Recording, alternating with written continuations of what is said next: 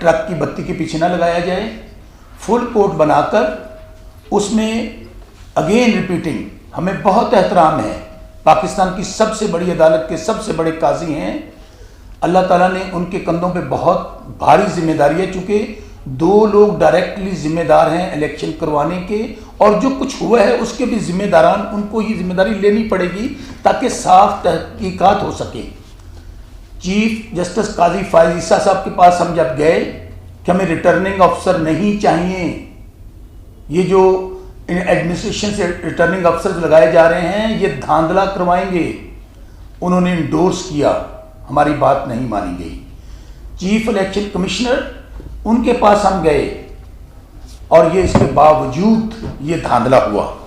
پہلا مطالبہ تو ہمارا یہ ہے، کہتے تھے کہ ووٹ ہے عمران خان کا جی ٹی روڈ پر، عمران خان کا ووٹ نہیں ہے، سوشل میڈیا کی پارٹی ہے۔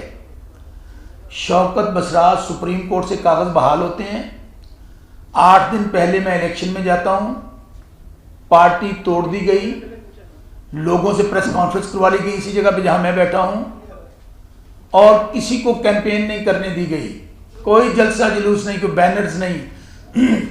8 دن پہلے مجھے مور کا نشان ملتا ہے، اور اللہ تعالیٰ نے مجھے عمران خان کی بدولت، میں حلقے کی عوام ہارون آباد فوڈ آباد کا مشکور ہوں کہ انہوں نے 1 لاکھ کے قریب مجھے ووٹ دیا۔ ایک میرے پاس 45 فارم موجود ہے۔ دوسرے نمبر پہ محمد اعجاز الحق جو سابق آمر ڈکٹیٹر جنرل ضیاء الحق کا بیٹا ہے، جو اوپنلی کہتا ہے کہ مجھے اسٹیبلشمنٹ نے جتوایا ہے، وہ تیسرے نمبر کا کھلاڑی ہے 58,000 ووٹوں کے ساتھ۔ دوسرے نمبر پہ مسلم لیگ نون ہے 72,000 ووٹوں کے ساتھ۔ یہ میں اپنی ذات کی کہانی نہیں سنایا، میں الیکشن کمیشن میں قرآن پہ حلف دے کے بات کی ہے کہ جو کہوں گا اللہ کو حاضر ناظر جان کر سچ کہوں گا، اور یہاں بھی بیٹھ کے جو کچھ کہوں گا اللہ کو حاضر ناظر جان کے سچ کہوں گا۔ اور میں نے چیف جسٹس عامر فاروق صاحب کی عدالت میں بھی یہی بیان ریکارڈ کروایا۔ میں جو چیف جسٹس قاضی فائز عیسیٰ صاحب کی عدالت میں گیا تھا، مجھے روک دیا گیا، کوئی صحافی یہاں پہ موجود ہیں، کیونکہ وہاں کیس دھاندلی کے حوالے سے لگا تھا۔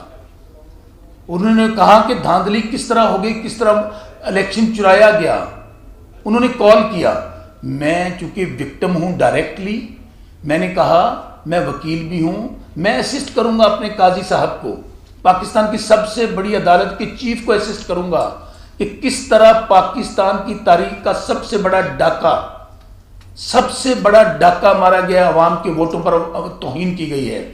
لیکن جیسے ہی میں روسٹرم پہ گیا، مجھے پوچھا گیا آپ کون ہیں، میں نے کہا میں شوق، اور مجھے کون نہیں، اور اللہ تعالیٰ کا کرم ہے، پاکستان ہو دنیا کی کوئی جگہ ہو، اس کیمرے کی آنکھ نے شوکت بسرا کا تعارف ہر کسی کو کروایا ہوا ہے۔ میں نے کہا میں سر جو کہوں گا اللہ، میں نے قرآن پاک نکالا اور روسٹر پہ رکھا، دوست گواہ میکن صاحب اور کچھ دوست اور بھی بیٹھے ہوئے ہیں۔ میں نے کہا سر میں الیکٹڈ ایم این اے ہوں بہاول نگر NA 163 سے، میں بات کرنا چاہتا ہوں اور اب بتانا چاہتا ہوں۔ مجھے روک دیا گیا، مجھے بات نہیں کرنے دی گئی، بلکہ میں نے 2-3 بار میں نے کہا میری بات تو سن لیں، میری عرض تو سن لیں، یا میں کس کے پاس جاؤں۔ میرے الفاظ تھے کہ پاکستان کی سب سے بڑی عدالت کے سب سے بڑے قاضی کے پاس حاضر ہوا ہوں۔ پھر درمیان میں جو کچھ ہوا اس کو میں چھوڑتے شارٹ کٹ کرتے ہوئے، مجھے پہلے یہ کہا گیا کہ آپ تقریر نہ کریں، یہ تقریر باہر جا کر کریں میڈیا پہ۔ آخر میں مجھے کہا گیا کہ اگر آپ نے میڈیا پہ جا کر کوئی بات کی تو you will face the consequences. مجھے باقاعدہ وہاں پر ایک پاکستانی جن کے ٹیکسز سے ہمارے ادارے چلتے ہیں، مجھے پتہ ہے قانون کیا ہے، مجھے کہا گیا کہ you will face the consequences. اس کے باوجود مجھے کورٹ کا احترام تھا، میں باہر آیا۔ جیسے ہی میں باہر آیا، ہر چینل پہ مجھے تو کہہ دیا گیا کیا چیف جسٹس قاضی فائز صاحب شوکت مجھے کہا گیا آپ نے کیس کے متعلق بات نہیں کرنی۔ میں اس کیس کے متعلق بات اب بھی نہیں کروں گا۔